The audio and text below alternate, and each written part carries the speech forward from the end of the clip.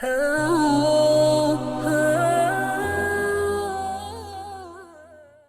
نے جو متعدد مواقع سے آیات مبارکہ آپ کو سنائی کہ ہر جگہ پر چوٹی کی چیز صبر ہے، آخری چیز جو بیان ہوتی ہے وہ صبر ہے۔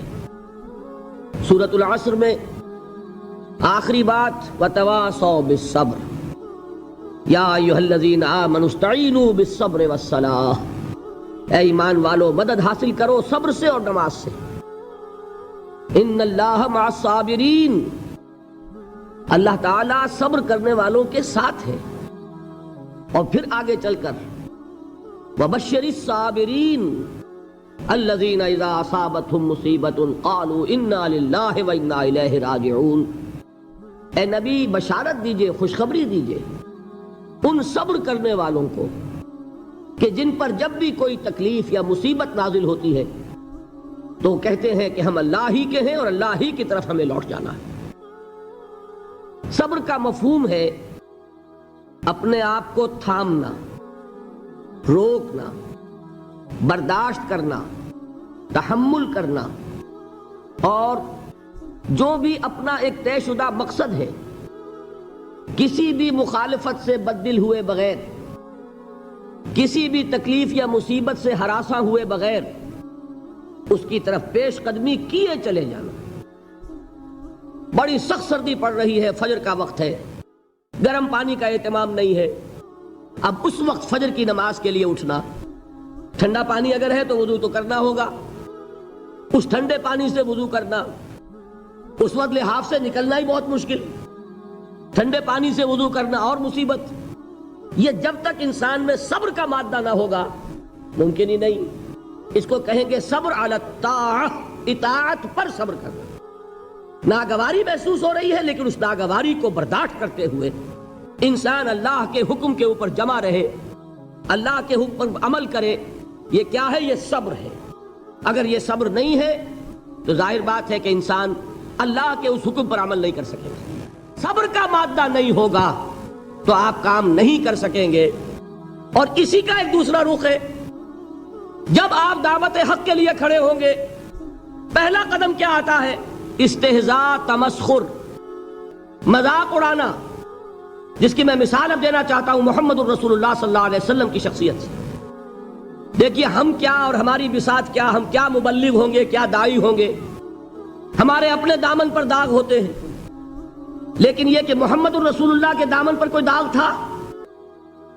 ان کو تو سارے مکے والے الصادق الامین کہتے تھے، نہایت محبوب شخصیت تھے، ان کے لیے تو جا صادق جا الامین یہ الفاظ سننے میں آتے تھے، آنکھوں کا تارا۔ لیکن جب آپ نے دعوت اب شروع کی، اب قرآن مجید میں دیکھیے کسی نے کہا مجنون ہو گئے، دماغ خراب ہو گیا، پاگل ہو گئے، اجی شاعر ہیں، کچھ شعر جوڑ لیتے ہیں ہم پر دھوک جماتے ہیں۔ کسی نے کہا ساحر ہے، کچھ جادو سیکھ لیا ہے، یہاں تک کہ ایسے بدبخت بھی پیدا ہوئے، قرآن میں ہے ساحر کذاب، سحر کرنے والا جادوگر نہایت جھوٹا۔ یہ الفاظ کہے جا رہے ہیں کس کی شان میں؟ محمد الرسول اللہ صلی اللہ علیہ وسلم۔ قرآن میں نقل کیا گیا یا ایھا الذی نزل علیہ الذکر انک لمجنون۔ کبھی آپ نے اس کا ترجمہ سوچا؟ ہے وہ شخص، دیکھیے تصور کیجئے حضور جا رہے ہیں، تشریف لے جا رہے ہیں، کسی دعوت میں ہے، تبلیغ میں، یا ویسے ہی تشریف لے جا رہے ہیں، اور کوئی ایک جمگھٹا ہے لوگوں کا، ادھر سے فقرہ آتا ہے، تیر کی طرح لگتا ہے دل میں جا کر محمد کے صلی اللہ علیہ وسلم۔ اے وہ شخص جس کا یہ خیال ہے کہ اس پر کوئی ذکر نازل ہو رہا ہے، ہمارے خیال میں تو تمہارا دماغ خراب ہو گیا ہے۔ یا ایھا الذی نزل علیہ الذکر انک لمجنون، کہا کہ نہیں کہا؟ اور یہ نہ سمجھیے کہ حضور صلی اللہ علیہ وسلم کے قلب مبارک کو تکلیف نہیں ہوتی تھی۔ میں قرآن سے ثابت کروں گا، میں کہیں کوئی کہانیاں بیان نہیں کرنا چاہتا۔ قرآن نے کہا ہے وَلَقَدْ نَعْلَمُ أَنَّكَ يَضِيقُ صَدْرُكَ بِمَا يَقُولُونَ، اے نبی ہمیں خوب معلوم ہے صلی اللہ علیہ وسلم کہ جو کچھ یہ لوگ کہہ رہے ہیں اس سے آپ کا سینہ بھنجتا ہے، یہ جو گھٹن ہوتی ہے، صدمہ ہوتا ہے۔ انکا یضیق صدرک بما یقولون، ہمیں خوب معلوم ہے کہ جو کچھ یہ باتیں آپ کو سننی پڑ رہی ہیں، یہ کڑوی کسیلی باتیں، یہ جو فکرے چست ہو رہے ہیں، استہزاء ہو رہا ہے، تمسخر ہو رہا ہے۔ سورہ حجر میں ہے، ایک جگہ کھڑے ہوئے لوگ قرآن کا مذاق اڑا رہے ہیں، بھائی فلاں آیت تم لے جانا، فلاں آیت میری ہوگی، اس کے ٹکڑے کر رہے ہیں، اس کے ٹکڑے حصے بکھرے کر کے قیمہ بنا کر ان آیات کا تمسخر اڑا رہے ہیں۔ ایک جگہ قرآن مجید میں مذکور ہے کہ فرشتوں کا مذاق اڑ رہا ہے، بھائی یہ دیکھو محمد نے کہا ہے صلی اللہ علیہ وسلم کہ جہنم پر تو کل 19 فرشتے ہیں، علیہا 19 قرآن میں آیت نازل ہوئی۔ ایک پہلوان کہتا بھائی 10 کو تو میں سنبھال لوں گا، باقی 9 کا تم انتظار کر لو۔ یہ باتیں آ رہی ہیں حضور کے کانوں میں، کلام الہی کے ساتھ کیا سلوک ہو رہا ہے، مجھ پر کیا فکرے چست کیے جا رہے ہیں، مجھ پر جس طریقے سے استہزاء اور تمسخر کا رویہ اختیار کیا گیا ہے، دل بھچ رہا ہے، دل میں صدمہ ہے۔ دیکھیے سورہ نون ہے، اور میرے نزدیک یہ دوسری وحی ہے جو حضور پر نازل ہوئی ہے، اس کی ابتدائی آیات، نون والقلم وما یسطرون ما انت بنعمت ربک بمجنون وان لک لاجرا غیر ممنون وانک لعلی خلق عظیم فستبصر ویبصرون بأیکم المفتون ان ربک هو یعلم بمن ضل عن سبیلہ وهو اعلم بالمہتدین۔ نون قسم ہے قلم کی اور جو کچھ یہ لکھتے ہیں، اے نبی آپ اپنے رب کی نعمت سے مجنون نہیں ہیں۔ یہ کیوں کہا جا رہا ہے؟ حضور کو جو صدمہ پہنچا ہے وہی نازل ہوئی ہے دل جوئی کے لیے، تسلی کے لیے۔ آپ کیوں برا منا رہے ہیں؟ اے نبی آپ کیوں صدمہ اور رنج اور اندوہ محسوس کر رہے ہیں؟ ان بدبختوں کے کہنے سے کوئی آپ مجنون ہو جائیں گے؟ مانتا بنعمت ربک بمجنون وَإِنَّ لَكَ لَأَجْرًا غَيْرَ مَمْنُونَ۔ آپ کو جو یہ صبر کرنا پڑ رہا ہے، آپ کو جو یہ جھیلنا پڑ رہا ہے، اس کی وجہ سے آپ کو وہ اجر ملے گا جس کا سلسلہ کبھی منقطع نہیں ہوگا۔ وَإِنَّكَ لَعَلَىٰ خُلُقٍ عَظِيمٍ، اور اے نبی آپ تو خلق عظیم کے حامل ہیں۔ آپ کا اخلاق، آپ کا کردار، آپ کی سیرت، آپ کی شخصیت میں طہارت، نفاست، پاکیزگی، آج تک دنیا نے کوئی پاگل، کوئی مجنون ایسا بھی دیکھا؟ یہ ساری باتیں اللہ تعالیٰ حضور کی دلجوئی کے لیے فرما رہے ہیں۔ اس سے آپ اندازہ کیجئے کہ کتنا صدمہ ہوتا ہوگا۔ یہی ہے، اس ساری چیز کو جمع کیجئے تو یہ چیز کیا ہے؟ وَاصْبِرْ عَلَىٰ مَا يَقُولُونَ وَاهْجُرْهُمْ هَجْرًا جَمِيلًا۔ صبر کرو اے نبی، صبر کرو اے محمد صلی اللہ علیہ وسلم، جھیلو اور برداشت کرو اس پر جو یہ کہہ رہے ہیں۔ یریدون لیطفئوا نور اللہ بافواہہم، یہ چاہتے ہیں کہ اللہ کے نور کو اپنے منہ سے بجھا دیں، پھونکے مار کے ہی بس۔ نور خدا ہے کفر کی حرکت پہ خندہ زن، پھونکوں سے یہ چراغ بجھایا نہ جائے گا۔ یریدون لیطفئوا نور اللہ بافواہہم واللہ متم نورہ ولو کرہ الکافرون، یہ چاہتے ہیں کہ اپنے منہ کی پھونکوں سے اللہ کے نور کو بجھا دیں، حالانکہ اللہ تعالیٰ تو اپنے نور کا اتمام فرما کر رہے گا، خواہ ان کافروں کو کتنا ہی ناگوار ہو۔ اس کی ترجمانی ہے، نور خدا ہے کفر کی حرکت پہ خندہ زن، پھونکوں سے یہ چراغ بجھایا نہ جائے گا۔ یہی وجہ ہے، دیکھیے مکی صورتوں میں خود نبی اکرم صلی اللہ علیہ وسلم کو اتنے مختلف پیرایوں میں صبر کا حکم دیا گیا۔ کچھ مثالیں میں دے چکا ہوں، وَلِرَبِّكَ فَاصْبِرْ، اسی طریقے سے وَاصْبِرْ كَمَا صَبَرَ أُولُو الْعَزْمِ مِنَ الرُّسُلِ، اے نبی صبر کیجئے جیسے کہ صبر کیا ہمارے اولو العزم رسولوں نے۔ وَاصْبِرْ وَمَا صَبْرُكَ إِلَّا بِاللَّهِ، اے نبی صبر کیجئے اور آپ کا صبر تو اللہ ہی کے سہارے ہے۔ وَاصْبِرْ لِحُکْمِ رَبِّكَ، یہ سورہ نون جس کی ابتدائی آیات میں نے آپ کو سنائی، نون والقلم وما یسطرون ما انت بنعمت ربک بمجنون، اس کا اختتام کیا ہوتا ہے؟ وَاصْبِرْ لِحُکْمِ رَبِّكَ وَلَا تَكُنْ كَصَاحِبِ الْحُوتِ اذ نَادَىٰ وَهُوَ مَكْظُومٌ، اے نبی صبر کیجئے اپنے رب کے فیصلے کا، انتظار کیجئے اور اس مچھلی والے کے مانند نہ ہو جائیے۔ مچھلی والا کون؟ حضرت یونس علیہ السلام۔ مچھلی والے نے اپنے دینی حمیت اور غیرت جو تھی اس کی وجہ سے اللہ کے حکم کا انتظار نہیں کیا، اپنی قوم کو چھوڑ کر چل دیے۔ نبی کا، رسول کا یہ معاملہ ہوتا ہے، جیسے کہ آپ کو معلوم ہے کوئی افسر ہے کسی حکومت کا، وہ اپنی پلیس آف ڈیوٹی کو نہیں چھوڑ سکتا، he must stick to his place of duty. بڑے افسرز کے لیے تو یہ بہت بہت اہم بات ہے.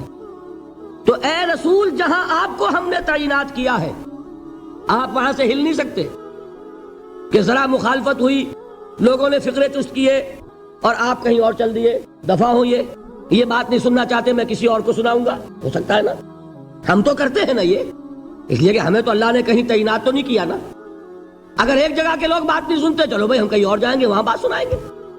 لیکن رسول کا معاملہ ہوتا ہے جو اس کی پلیس آف اپوائنٹمنٹ ہے he cannot leave his place without the express permission of Allah subhanahu wa ta'ala. آپ نے یہ سنا ہوگا سیرت کی تقاریر میں پڑھا ہوگا کہ مدینے کی طرف ہجرت کی اجازت حضور نے تمام صحابہ کو دے دی, خود منتظر رہے جب تک کہ اللہ کی طرف سے اجازت نہیں آ گئی. حضرت ابو بکر پوچھتے رہتے تھے حضور اجازت آ گئی کہ نہیں, ابھی نہیں آئی. حضور اذن آ گیا نہیں آیا, ابھی نہیں آیا. حبشہ کی طرف سب کو بھیج دیا, اجازت دے دی جو جانا چاہے چلا جائے. حضور کی صاحبزادی جو حضرت عثمان کے نکاح میں تھی وہ بھی ہجرت کر رہی ہے, لیکن حضور تو نہیں گئے. رسول نہیں چھوڑ سکتا اپنی جگہ کو. یہاں تک کہ تمام تقریباً صحابہ چلے گئے, حضور رہ گئے, حضرت ابو بکر رہ گئے, حضرت علی رہ گئے. اور حضرت ابو بکر پوچھ رہے ہیں بار بار اجازت آئی یا نہیں, نہیں ابھی نہیں آئی. حضرت عائشہ نے واقعہ بیان کیا کہ ایک روز اچانک دوپہر کے وقت ہم نے دیکھا کہ حضور نے اپنے پورے جسم کو ڈھانپا ہوا ہے, چہرے کو بھی کپڑے میں ڈھانکا ہوا ہے اور تشریف لا رہے ہیں. یہ اس میں تعجب کی بات یہ کہ عرب میں آج بھی آپ کو معلوم ہے کہ یہ چیز جو ہے ان کی روایات کے خلاف ہے کہ دوپہر کے وقت کوئی کسی سے ملنے جائے. یہ وقت جو ہے قیلولے کا ہے, آرام کا ہے. تو این ٹھیک دوپہر کے وقت تشریف لائے حضور. آپ نے آ کے حضرت ابو بکر سے فرمایا کہ اجازت آ گئی ہے. حضرت ابو بکر نے بہت خوش ہو کر ایک بات کہی, حضور میں نے 2 اونٹنیاں تیار کی ہوئی ہیں. یعنی اب آپ وہ تو سوچتے تھے نا شاباش ملے گی کہ میں نے تیاری کی ہوئی ہے, میں نے 2 اونٹنیوں کو خوب کھلا پلا کے فربا کیا ہوا ہے, بڑی توانا ہے تاکہ ہم تیزی کے ساتھ سفر کر سکیں. حضور نے توقف کیا, فرمایا ہاں ٹھیک ہے, 1 اونٹنی میں استعمال کروں گا لیکن میں اس کی قیمت ادا کروں گا. حضرت ابو بکر کی آنکھوں میں آنسو آ گئے, روتے ہوئے کہا حضور مجھ سے یہ مغایرت, کیا یہ جان اور مال کسی اور کے لیے ہے؟ آپ مجھ سے بھی کہہ رہے ہیں میری اونٹنی جو ہے وہ بھی بلا معاوضہ آپ کو بولنے فرما رہے ہیں. یہ ہے محمد الرسول اللہ کی غیرت اور حمیت کا معاملہ. اب دیکھیے ایک بات عجیب ہے, یہ ربط اپنے ذہن میں رکھیے.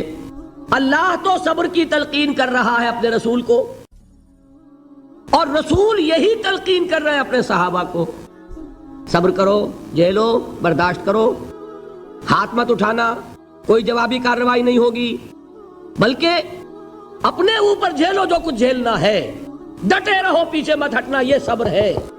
لیکن ہاتھ اٹھانے کی اجازت نہیں. چنانچہ اب ذرا چشمے تصور سے دیکھیے, ابو جہل اس نے جو بدترین روش اختیار کی وہ ایک خاندان تھا حضرت یاسر, ان کی اہلیہ حضرت سمیہ اور ان کے فرزند حضرت عمار رضی اللہ تعالی عنہم. یہ غلام نہیں تھے, حضرت سمیہ تو کنیز تھیں لیکن یاسر غلام نہیں تھے. ان کی کہانی یہ ہے, واقعہ یہ ہے کہ یہ بہت نیک آدمی تھے یاسر, یمن کے باشندے. انہیں کو خواب میں بشارت ہوئی کہ نبی کا ظہور ہونے والا ہے مکے میں, جاؤ شاید ان کے قدموں تک پہنچ جاؤ. یہ یمن سے ترک وطن کر کے مکے آ گئے. ابو جہل کا ایک چچا تھا بہت شریف النفس انسان, اس کے ساتھ معاہدہ کیا حلیف بن کر, اور وہ مکے میں رہنے لگے. اس لیے کہ یہ نوٹ کر لیجئے مکہ اس وقت ایک قبیلے کا شہر تھا, صرف قریش. یا قرشی رہ سکتا تھا وہاں یا قرشی کا حلیف, کہ اگر تو کسی قرشی نے آپ کو امان دی ہوئی ہے تو آپ رہ سکتے ہیں مکے میں, ورنہ نہیں. یا تیسرے قرشی کا غلام, غلام تو ملکیت ہی ہے اس کی, جیسے بھیڑ بکری ہے کسی قرشی کی اسی طرح اس کے غلام ہے. یہ 3 کیٹیگریز تھی انسانوں کی مکے میں. اسی کو نوٹ کیجئے کہ جو بیچارے غلام تھے وہ سب سے زیادہ ستائے گئے, اس لیے کہ غلاموں کے تو حقوق ہی کوئی نہیں تھے. بلال غلام تھے, ابو فقی غلام تھے, زنیرہ ایک کنیز تھی. ان کو جو ماریں پڑی ہیں اس کا آپ کو معلوم ہے. حضرت بلال کے ساتھ جو کچھ امیہ ابن خلف نے کیا, کہ جس طریقے سے کہ حیوانوں کی لاشیں جو ہے کھینچ کر گھسیٹ کر لے جائی جاتی ہیں, ان کی گردن میں رسی ڈال کر گھسیٹتے، اسی طریقے سے حضرت بلال کے گردن میں رسی ڈال کر ٹھیک دوپہر کے وقت مکے کی سنگلاخ گلیوں کے اندر گھسیٹا جاتا تھا۔ نیچے زمین جل رہی ہے توے کی طرح، اور ویسا بھی ہوتا تھا کہ چت لٹا دیا، اوپر سے وہ آگ مکے کا کہ سورج جو ہے ذرا نوٹ کیجئے، آگ برسا رہا، نیچے زمین توے کی طرح جل رہی ہے، اور ایک بھاری سل بھی لا کر جو ہے سر پر رکھ دی، چھاتی پر رکھ دی گئی ہے کہ آواز نہیں نکل رہی، جھاگ نکل رہے منہ سے، لیکن اس حال میں بھی احد احد احد، ایک ایک اللہ، قل هو اللہ احد الفاظ نکل رہے۔ یہ ہے وہ صبر، صبر علی الابتلاء، صبر علی الایذاء، یہ ابتلاء اور ایذاء پر صبر ہے، جھیلو برداشت کرو، اس توحید پر قائم رہو، محمد کی رسالت کے اقرار کرتے رہو صلی اللہ علیہ وسلم، لیکن ہاتھ نہیں اٹھانا۔ اب میں آپ کو بتا رہا تھا یہ تو غلام تھے، یہ جو تھے یاسر یہ حلیف تھے، غلام تو نہیں تھے نا۔ البتہ وہ ابو جہل کے چچا کی کنیز تھی یہ سمیہ، انہوں نے اجازت لے کر ان سے نکاح کر لیا، یہ تو کنیز رہیں گی۔ بیٹا جو ہوا وہ بھی ایک طرح سے جب کنیز زیادہ ہے تو غلام ہو گیا، عمار ابن یاسر۔ وہ جو شخص تھا بہت شریف النفس ابو جہل کا چچا، وہ مر گیا، اب ابو جہل جو ہے اس خاندان کا سربراہ ہے، لہذا یہ تینوں جو افراد ہیں وہ اس کے رحم و کرم پر ہیں۔ یاسر کو بھی پروٹیکشن اگر ہے تو ابو جہل کی ہے، ابو جہل جو چاہے کرے، اور سمیہ تو کنیز ہے ہی، اس کا تو کوئی حق ہے ہی نہیں، جو چاہے کرے، اور عمار ان دونوں کا بیٹا ہے، لہذا بدترین معاملہ کیا ابو جہل نے ان تین افراد کے ساتھ۔ حضرت سمیہ کے ساتھ جو کچھ کیا گیا ہے آپ اس کا تصور نہیں کر سکتے۔ بالآخر جو شہید کیا ہے حضرت سمیہ کو ایذائیں دے دے کے، سسکا سسکا کے، ان کے جسم کے نازک حصوں کو جلا کے، داغ دے کر، کہتا کیا تھا، ایک دفعہ کہہ دو کہ میرا جو یہ بت ہے یہ بھی الہ ہے، مان لو میں چھوڑ دوں گا، تنگ آ گیا کسی طریقے سے، ایک دفعہ کہہ دو پھر میں چھوڑ دوں گا۔ لیکن یہ میاں بیوی حضرت یاسر اور حضرت سمیہ رضی اللہ تعالی عنہما، یہ ہے ثبات، یہ ہے صبر، یہ ہے استقلال، ایک مرتبہ بھی کہنے کے لیے تیار نہیں ہوئے، جو چاہو کر لو، اب ہم تو اس سے پیچھے نہیں ہٹیں گے۔ تنگ آ کر اس نے حضرت سمیہ کی تو شرمگاہ میں برچھا مارا ہے اور شہید کیا۔ حضرت یاسر کے بارے میں ایک روایت یہ ہے، ستا ستا کے، تنگ کر کر کے، آخر کار جو ختم کیا، انہیں شہید کیا کس طرح، 4 سانڈ اونٹ جوان، ان سے رسے باندھے، ایک رسے سے ایک بازو باندھا، دوسرے سے دوسرا بازو باندھا، تیسرے سے ایک ٹانگ باندھی، چوتھے سے دوسری ٹانگ باندھی، اور چاروں کو دوڑایا ہے کہ جسم کے پرخچے اڑ گئے۔ اس وقت سامنے سے حضور گزرتے تھے جبکہ آل یاسر کے ساتھ یہ معاملہ ہو رہا ہے، کیا فرماتے تھے، اسبروا یا آل یاسر فإن موعدکم الجنہ، اے یاسر کے گھر والوں صبر کرو، جھیلو، اس لیے کہ تمہارے وعدے کی جگہ جنت ہے، اللہ تعالیٰ ادھر آنکھ بند ہوگی ادھر جنت میں تمہارا داخلہ ہو جائے گا۔ یہ ہے تواصوا بالصبر والعصر ان الانسان لفی خسر۔ یہ تواصوا بالصبر پر کون عمل کر رہا ہے؟ محمد الرسول اللہ صلی اللہ علیہ وسلم۔ دے تو بھی محمد کی صداقت کی گواہی، یہ صداقت کی گواہی دیتے ہوئے انہوں نے اپنی جانیں دے دی۔ 4 سے لے کر 12 تک 8 برس، اس کو کہتے ہیں پرسیکیوشن، فزیکل پرسیکیوشن، تشدد، مار پیٹ، جلانا، دہتے ہوئے انگاروں پر لٹانا، فاقے رکھنا، بھوکے رکھنا، ان کو ڈال دی گئی زنجیریں، گھروں میں بند کر دیا گیا نوجوانوں کو۔ حضرت عثمان کو چچا نے ان کے ایک چٹائی کے اندر لپیٹا اور دھونی دے دی، دم گھٹ رہا ہے، جان نکل رہی ہے۔ حضرت مصعب بن عمیر رضی اللہ تعالی عنہ، وہ نوجوان 200 درہم کا جوڑا ان کا سل کر آتا تھا شام سے تیار ہو کر، لباس معطر ہوتا تھا، جدھر سے نکل گیا پوری گلی جو ہے وہ معطر ہو گئی، انگلیاں اٹھ رہی ہیں، وہ جا رہا ہے مصعب، یہ خوشبو اس کی ہے۔ اس مصعب کے ساتھ کیا سلوک کیا، باپ تو مر چکا تھا، ماں نے پالا تھا، دولت بہت چھوڑ کر گیا تھا باپ، لہذا ماں نے بڑے ناز و نام میں پالا، بڑے لاڈ پیار میں، 200 درہم کا جوڑا تیار ہو رہا ہے۔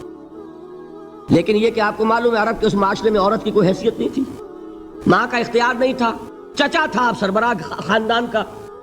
چچا نے کہا مصعب اگر تم نے اپنے باپ کا دین چھوڑ دیا ہے تو باپ کی دولت پر بھی تمہارا کوئی حق نہیں ہے، نکل جاؤ گھر سے۔ اس نے یہ سوچا تھا کہ مصعب کے ہوش ٹھکانے آ جائیں گے، دن میں تارے نظر آ جائیں گے، ناز و نام میں پلا ہوا، گھر سے نکل کے جائے گا کہاں، یہ سارا نشہ جو ہے توحید کا یہ ہرن ہو جائے گا۔ حضرت مصعب کا جواب بالکل برعکس تھا، اچھا ٹھیک ہے چچا جان میں گھر چھوڑتا ہوں۔ وہی بات جو کبھی کہی تھی ابراہیم نے، باپ نے کیا کہا تھا، واجرنی ملیہ، جاؤ چلے جاؤ، دفع ہو جاؤ میری نگاہوں سے۔ حضرت ابراہیم نے کیا جواب دیا تھا، سلام علیک ساستغفر لک ربی انہ کان بی حفیہ۔ اچھا ابا جان آپ کا حکم یہی ہے تو میں چلتا ہوں، آپ پر سلامتی ہو، میرا رب مجھ پر بڑا مہربان ہے، میں اس سے آپ کے لیے استغفار کروں گا، جلدی۔ یہی جو ہے حضرت ابراہیمی کی نسل ہے نا قریش۔ آج ابراہیم کے ایک بیٹے کے ساتھ وہی معاملہ ہو رہا ہے مصعب کے ساتھ، اور مصعب چلنے کے لیے تیار ہو گئے۔ چچا نے سوچا، میں سمجھتا تھا کہ ہوش ٹھکانے آ جائیں گے، یہ تو تیار ہو گیا نکلنے کے لیے، غصے میں آ کے اگلی بات کہی، یہ کپڑے جو پہنے ہوئے تم نے یہ بھی اسی مشرک باپ کی کمائی کے ہیں، اتارو ان کو۔ وہی کپڑے اتارے، مادر زاد برہنہ گھر سے نکالے گئے، ماں کے پاس پہنچے، ماں نے آنکھوں پر ہاتھ رکھے، مصعب کیا ہوا؟ ماں سے کہتے ہیں کہ ماں میں موحد ہو گیا، اور وہاں سے گئے، پھر حضور کی خدمت میں کپڑے کہیں سے مانگے ہوں گے۔ یہ مصعب ہیں 200 درہم کا جوڑا پہننے والے، جب حضور پر مدینے کے 12 افراد ایمان لائے تھے، بیعت عقبہ اولیٰ ہوئی، انہوں نے کہا کہ حضور ہمیں کوئی شخص اپنا ایسا شاگرد دیجئے جو ہمیں قرآن پڑھا سکے۔ حضور نے حکم دیا، مصعب جاؤ اب مدینے جاؤ، یثرب جاؤ، یثرب والوں کو قرآن پڑھاؤ، انہیں تبلیغ کرو۔ مصعب گئے ہیں وہاں، 1 سال کی کمائی 75 افراد لا کر حضور کے جھولی میں اگلے سال ڈال دیے کہ حضور یہ میری 1 سال کی کمائی ہے، 72 مرد 3 عورتیں۔ بہرحال وہ مصعب بن عمیر ہیں جو غزوہ احد میں شہید ہوئے، اور جب شہید ہوئے تو ان کے جسم پر صرف ایک چادر تھی۔ یہی چیزیں ہیں اصل میں کہ جو ہمارے دلوں کو منور کرنے والی ہیں نور ایمان سے۔ وہ علم بردار تھے غزوہ احد میں، جھنڈا مسلمانوں کا ان کے پاس تھا۔ ایک ہاتھ پر ایک شانے پر وار پڑا، ہاتھ کٹ گیا، دوسرے سے تھاما، دوسرے پہ کٹ گیا، اب دونوں حصوں کے بچے ہوئے ٹکڑوں سے جھنڈے کو تھاما، گرنے نہیں دیا، یہاں تک کہ شہید ہو گئے۔ گرے ہیں تو جھنڈا گرا ہے۔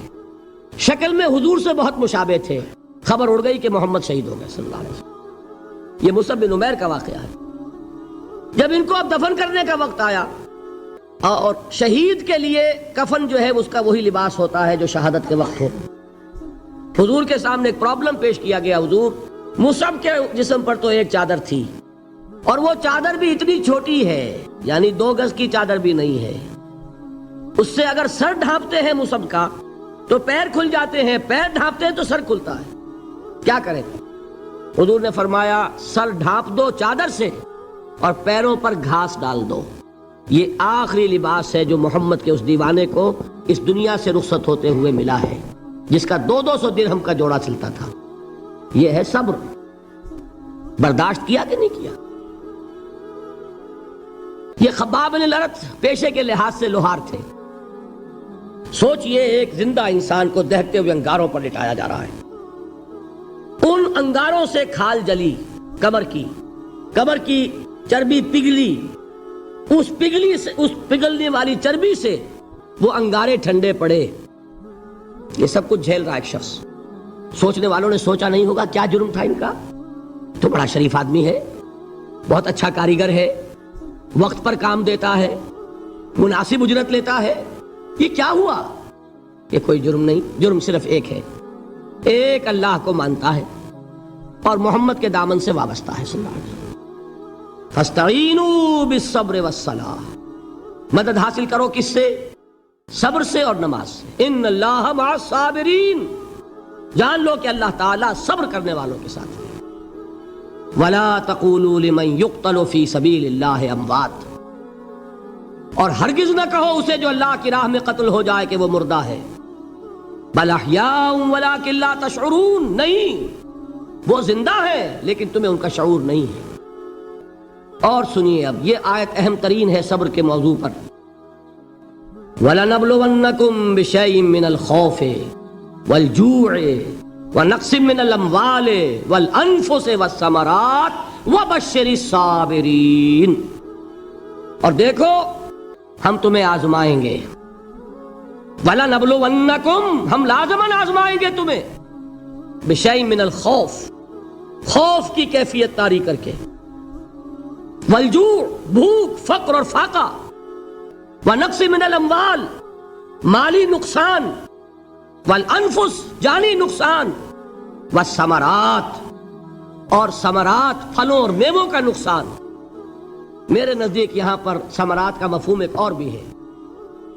ایک تو صاف تھا کھجور کی فصل تیار ہے، غزوہ تبوک جانے کا حکم مل گیا، کون اتارے گا؟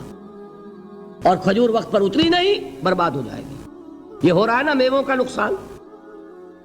اور میرے نزدیک یہاں یہ بھی ہے، بسا اوقات بہت سی محنتوں کا نتیجہ انسان دیکھتا ہے کہ ضائع چلا گیا، میں نے 10 سال محنت کی، حاصل کوئی نہیں نکلا۔ یہ ثمرات کیا ہیں؟ محنتیں، محنتوں کے ثمرات کا ضیاع۔ کوشش آپ نے کی، قسمت کی خوبی دیکھی ہے، ٹوٹی کہاں کمن، 2-4 ہاتھ جب کے لبے بام رہ گئے۔ Be prepared. ایک شاعر کے یہ اشعار ہیں، یہ فصل امیدوں کی ہمدم اس بار بھی غارت جائے گی، سب محنت صبح و شاموں کی اب کے بھی اکارت جائے گی۔ میرے نزدیک یہ ثمرات کا جو لفظ یہاں آیا ہے، وَنَقْصٍ مِّنَ الْأَمْوَالِ وَالْأَنفُسِ وَالثَّمَرَاتِ، سب محنت صبح و شاموں کی اب کے بھی اکارت جائے گی۔ دھرتی کے کونوں کھدروں میں پھر اپنے لہو کی کھاد بھرو، پھر مٹی سینچو اشکوں سے، پھر اگلی رت کی فکر کرو، پھر اگلی رت کی فکر کرو، جب پھر ایک بار اجڑنا ہے۔ ایک فصل پکی تو بھر پایا، تب تک تو یہی کچھ کرنا ہے۔ ایک مقصد ہے سامنے، انقلاب برپا کرنا ہے۔ ایک کوشش ناکام ہو جائے کوئی پرواہ نہیں، نیکسٹ، پھر تیار رہو ناکامی کے لیے۔ ایسا نہ ہو جو انگریزی میں کہتے ہیں hope for the best but be prepared for the worst. ایسا نہ ہو کہ دوسری مرتبہ ناکام ہو کے بددل ہو جاؤ، تمہاری ہمتیں جواب دے جائیں۔ نہیں، پہلے سے تیار رہو کہ دوسری مرتبہ بھی ناکامی آئے تو آئے، لیکن جب تک کہ کامیابی حاصل نہیں ہوتی ہمیں یہ کام کیے چلے جانا ہے۔ دیکھیے سیرت میں آیا کہ نہیں یہ واقعہ؟ بدر میں مسلمانوں کو فتح ہوئی تو احد میں زک پہنچی کہ نہیں؟ 70 صحابہ شہید ہوئے کہ نہیں؟ اگر ان کی ہمتیں جواب دے جاتی تو گاڑی کیسے چلتی آگے؟ تو فرمایا وَلَنَبْلُوَنَّكُمْ بِشَيْءٍ مِّنَ الْخَوْفِ وَالْجُوعِ وَنَقْصٍ مِّنَ الْأَمْوَالِ وَالْأَنفُسِ وَالثَّمَرَاتِ، ہم تمہیں لازماً آزمائیں گے، خوف کی کیفیت سے، فقر و فاقے کی کیفیت سے، بھوک سے، جان کے نقصان سے، مال کے نقصان سے، محنتوں کے حاصل کے ضائع ہو جانے سے۔ وَبَشِّرِ الصَّابِرِينَ، اور اے نبی بشارت دیجئے صبر کرنے والوں کو۔ الَّذِينَ إِذَا أَصَابَتْهُمْ مُصِيبَةٌ، وہ کہ جب ان پر کوئی تکلیف آئے، کوئی مصیبت آئے، کوئی آزمائش آئے، قالوا انا للہ و انا الیہ راجعون، وہ یہ کہیں کہ ہم اللہ ہی کے ہیں، اللہ ہی کی طرف لوٹ جانا ہے۔ یہ وہی انداز ہے جو میں نے فارسی کا شعر سنایا تھا آپ کو کہ سرے تسلیم خم ہے جو مزاج یار میں آئے۔ وہ ہمارا مولا ہے، ہمارا آقا ہے، اگر اسے یہی منظور ہے تو ہمیں بھی یہی منظور ہے۔ میں نے تسلیم و رضا کی بات کی تھی نا، آپ کو کچھ شعر سنائے تھے، ایک شعر اور سنیے، اور یہ کس کا ہے؟ محمد علی جوہر کا۔ ایک مرتبہ جیل گئے، ان کی ایک بیٹی جوان بیمار ہوئی، فوت ہو گئی، باہر چھوڑا انگریز نے، جاؤ بھائی دفن کر دو بیٹی کو۔ دوسری مرتبہ جیل گئے، دوسری جوان بیٹی اسی مرض میں مبتلا ہوئی، اب یہ جیل میں ہے، خبر پہنچی کہ دوسری بیٹی کے اوپر بھی اسی مرض کا حملہ ہوا ہے۔ ایک نظم لکھی ہے جس کا آخری شعر یہ ہے، تیری صحت ہمیں منظور ہے لیکن اس کو نہیں منظور تو پھر ہم کو بھی منظور نہیں۔ یہ ہے، جب تک یہ کیفیت نہ ہو اس میدان میں آدمی ثابت قدم نہیں رہ سکتا کہ میرے رب کو اگر یہ منظور ہے تو یہی مجھے منظور ہے، اور تیری صحت ہمیں چاہیے تو ضرور، لیکن ہمارے رب کو منظور نہیں تو ہمیں بھی منظور ہے۔ راضی برضائے رب۔ وَبَشِّرِ الصَّابِرِينَ الَّذِينَ إِذَا أَصَابَتْهُمْ مُصِيبَةٌ قَالُوا إِنَّا لِلَّهِ وَإِنَّا إِلَيْهِ رَاجِعُونَ، نہ شود نصیب دشمن کے شود ہلاک تیغت، سر دوستہ سلامت کے تو خنجر آزمائی۔ اولئک علیہم صلوات من ربہم ورحمہ، یہی ہے وہ لوگ جن پر ان کے رب کی طرف سے عنایتیں ہیں اور رحمتیں ہیں۔ واولئک هم المہتدون، اور یہی ہے وہ لوگ جو کامیاب ہونے والے ہیں، ہدایت پانے والے، ہدایت یافتہ۔ والصابرین فی البأساء والضراء وحین البأس، اور صبر کرنے والے، اصل نیکی ان کی ہے، جسمانی تکلیفوں میں صبر کرنے والے، فقر اور فاقے میں صبر کرنے والے، اور جنگ کے وقت صبر کرنے والے. اولئک الذین صدقوا واولئک هم المتقون. یہ ہیں وہ لوگ جو صبر کرنے والے ہیں، یہ ہیں جو سچے ہیں، جو اپنے دعوے میں نیکی کے اور ایمان کے صادق ہیں، اور یہی وہ لوگ ہیں جو متقی. اللہ تعالیٰ نے کیسے کیسے مسلمانوں سے کہا، مسلمانوں تمہیں زک پہنچی ہے تو انہیں بھی تو پہنچی تھی. ان کے 70 نہیں مارے گئے تھے بدر میں؟ ان کے حوصلے جو ہیں وہ تو پست نہیں ہوئے، وہ اگلے سال آ گئے تم پر چڑھائی کر کے. تم کیوں اتنا برا مان رہے ہو؟ تمہارے دل اتنے زخمی کیوں ہو گئے؟ تمہیں تکلیف پہنچتی ہے تو انہیں بھی پہنچتی ہے. اپنی غیرت جو ہے ہمیں ذرا اس کا جائزہ لینا چاہیے. لوگ باطل نظریات کے لیے کتنی قربانیاں دے رہے ہیں، لوگ باطل چیزوں کے فروغ کے لیے کتنی محنتیں کر رہے ہیں. جیسا کہ میں نے ابھی کہا تھا، اسی غیرت کو چیلنج کرنے کے لیے، ذرا آپ کی حمیت دینی کو جوش دلانے کے لیے. قادیانی نوجوان کتنی تعداد میں اپنے آپ کو دین کے لیے وقف کرتا ہے، اور آپ کتنے نوجوان ہیں جو اپنے آپ کو دین کے لیے وقف کر دیں؟ اور ہوں وہ کھاتے پیتے گھرانوں کے لوگ. یہ نہیں ہے کہ اگر کوئی اور کام نہیں کر سکتا تو پھر یہ ہے کہ وہ دین کے کام میں لگ جائے. باصلاحیت لوگ، کھاتے پیتے لوگ، ذہنی استعداد رکھنے والے لوگ، اونچے گھرانوں کے لوگ، وہ وقف کریں اپنے آپ کو دین کے لیے. اس کے بغیر کیسے باہر آ جائے گی، کیسے رونق آ جائے گی؟ تو دنیا میں باطل نظریات والے جو ہیں، یہ بات کہی گئی ہے، مسلمانوں تم اگر توحید کے لیے لڑ رہے ہو، دیکھتے نہیں ابو جہل کو، اس نے گردن کٹوائی ہے شرک کے لیے، شرک کے لیے گردن کٹوائے، اور تم توحید کے لیے گردن کٹوانے کو تیار نہ ہو.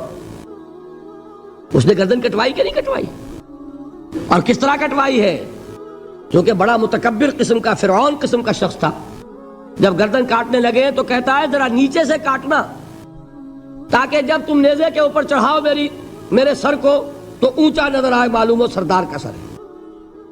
وہ بدبخت مرتے ہوئے بھی جو اس کی یہ کیفیت تھی نا، اس کو ذہن میں رکھیے. تو یہ اس لوگوں نے قربانیاں دی، جانیں دی. تو فرمایا اگر تم ان سے زیادہ قربانی نہیں دو گے، یہ جو نوٹ کر لیجئے اس کو، مجرد اگر حق کو غالب کرنا اللہ کے ذمے ہو تو آنے واحد میں غالب کر دے گا، تمہیں تکلیف ہی دینے کی ضرورت نہیں. سمجھ رہے؟ کیا اللہ کے مقابلے میں کوئی باطل کی طاقت ٹھہر سکتی ہے؟ یہ تمہارے ایمان کا امتحان ہے، یہ تمہارے خلوص کی آزمائش ہے، یہ تمہارے امتحان کا ثبوت درکار ہے کہ اللہ تعالیٰ دیکھنا چاہتا ہے تم اس کے لیے اپنی جانیں قربان کرنے کو تیار ہو کہ نہیں، تم اس کے لیے تن من دھن لگانے کو تیار ہو کہ نہیں. اور یہ جان لو کہ اگر کفار اور مشرکین اور ملحدین اور باطل نظریات والے وہ جو کچھ قربانیاں اپنے باطل نظریات کے لیے دے رہے ہیں، ان سے زیادہ اگر تم نہیں دو گے تو حق غالب نہیں ہوگا.